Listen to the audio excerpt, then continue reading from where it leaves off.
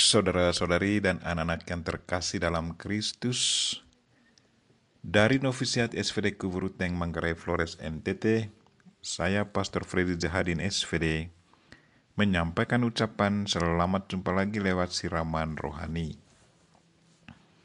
Hari ini Senin 23 Mei 2022.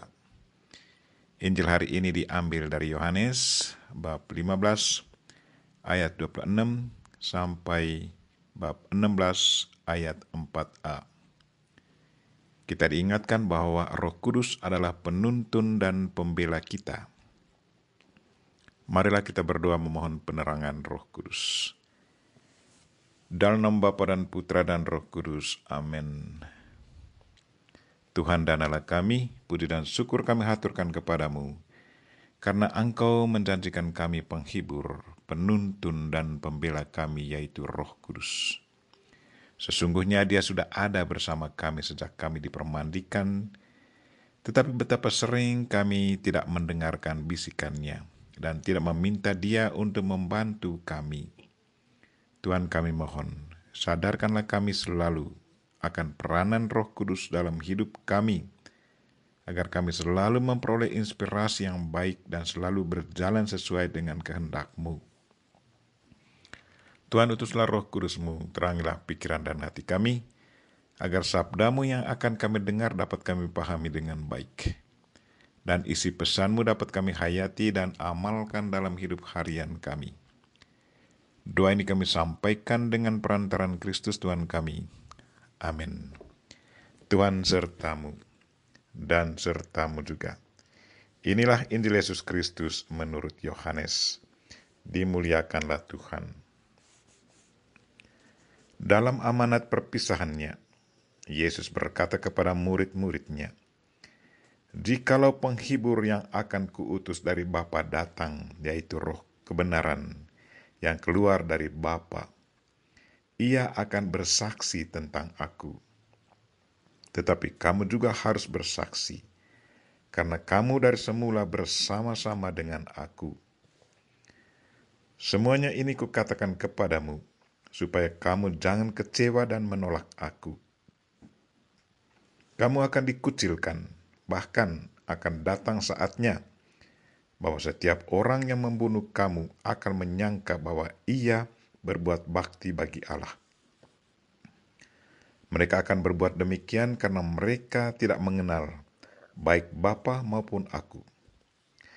Tetapi semuanya ini kukatakan kepadamu supaya apabila datang saatnya kamu ingat bahwa aku telah mengatakannya kepadamu." Demikianlah sabda Tuhan. Terpujilah Kristus. Saudara-saudari dan anak-anak yang terkasih dalam Kristus, tema renungan kita hari ini ialah Roh Kudus adalah penuntun dan pembela kita. Injil hari ini menceritakan kepada kita apa yang terjadi pada waktu perjamuan terakhir. Yesus Kristus memberikan amanat perpisahan kepada para murid-Nya. Pada malam perjamuan, sewaktu memberikan amanat perpisahan, Ia tidak memberitahukan kepada para murid-Nya bahwa hari besoknya, yaitu hari Jumat, Ia akan dibunuh, disalibkan. Sadar akan apa yang akan dialami para murid-Nya, Yesus, yaitu perasaan terlantar karena ditinggalkan oleh seorang bapa. Yesus menjanjikan kepada mereka bahwa penghibur atau pembela akan diutus kepada mereka. Penghibur atau pembela itu adalah Roh Kudus, Roh kebenaran yang keluar dari Bapa. Ia akan bersaksi tentang Yesus Kristus. Tugas dari Roh Kudus itu adalah mengingatkan para murid akan apa yang sudah diajarkan Yesus Kristus kepada mereka. Yang kedua, membimbing para murid untuk melakukan apa yang benar dan sesuai dengan kehendak Tuhan. Yang akan berkata-kata dalam hati para murid-Nya akan kebenaran.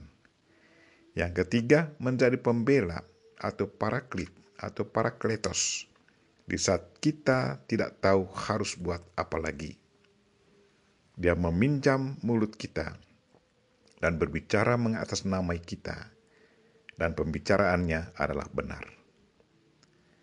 Roh Kudus sesungguhnya sudah kita terima sejak kita menerima sakramen permandian dan kemudian dikukuhkan kembali sewaktu kita menerima sakramen penguatan atau sakramen krisma. Sejak saat itulah Roh Kudus sudah tinggal bersama kita untuk selama-lamanya.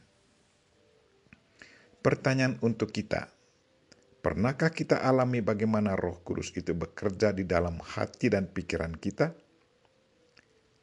Kapan saja kita merasakan bahwa Roh Kudus sungguh bersuara dalam diri kita? Saudara-saudari dan anak-anak yang terkasih dalam Kristus, Roh Kudus sesungguhnya selalu bekerja setiap saat dalam diri kita. Suaranya sungguh sangat kuat berkumandang dalam diri kita secara khusus di saat kita menghadapi godaan besar. Contoh konkretnya, dalam perjalanan kita mengalami rasa lapar. Kita mau puaskan perut yang lapar dengan makanan, tetapi kita tidak punya makanan. Sewaktu kita lewat, kita melihat ada buah pepaya masak di kebun orang.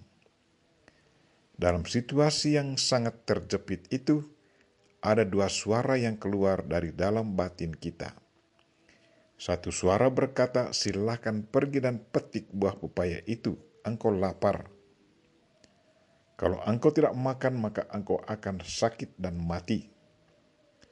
Sementara satu suara berkata, jangan memetik buah itu. Itu bukan milikmu. Memetik tanpa izinan pemiliknya adalah satu perbuatan mencuri. Mencuri adalah dosa. Lewat contoh sederhana ini kita bisa melihat peranan Roh Kudus. Roh Kudus membimbing kita untuk berbuat yang benar, mengingatkan kita akan perintah Allah, melarang kita mencuri adalah suara Roh Kudus, sementara mengizinkan kita untuk memetik buah itu karena kita sungguh lapar adalah suara setan. Suara setan biasanya sangat manis dan sangat meyakinkan bahwa semuanya akan baik-baik saja.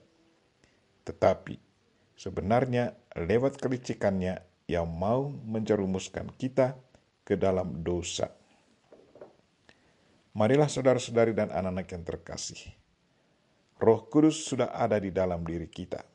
Dengarkanlah suaranya. Mendengarkan dan menjalankan apa yang dikatakannya akan menyelamatkan jiwa kita. Kita berdoa semoga hati dan pikiran kita selalu sensitif mendengarkan bisikan suara Roh Kudus, dan semoga kita selalu siap menjalankan apa yang dibisikkan Roh Kudus. Kita memohon Bunda Maria untuk selalu mendoakan kita. Amin. Marilah kita mohon berkat Tuhan. Tuhan sertamu dan sertamu juga. Semoga saudara sekalian dan mereka yang kita doakan pada hari ini secara khusus mereka yang sakit, dan segala aktivitas kita hari ini diberkati oleh Allah yang Maha Kuasa, Bapa dan Putra dan Roh Kudus. Amin.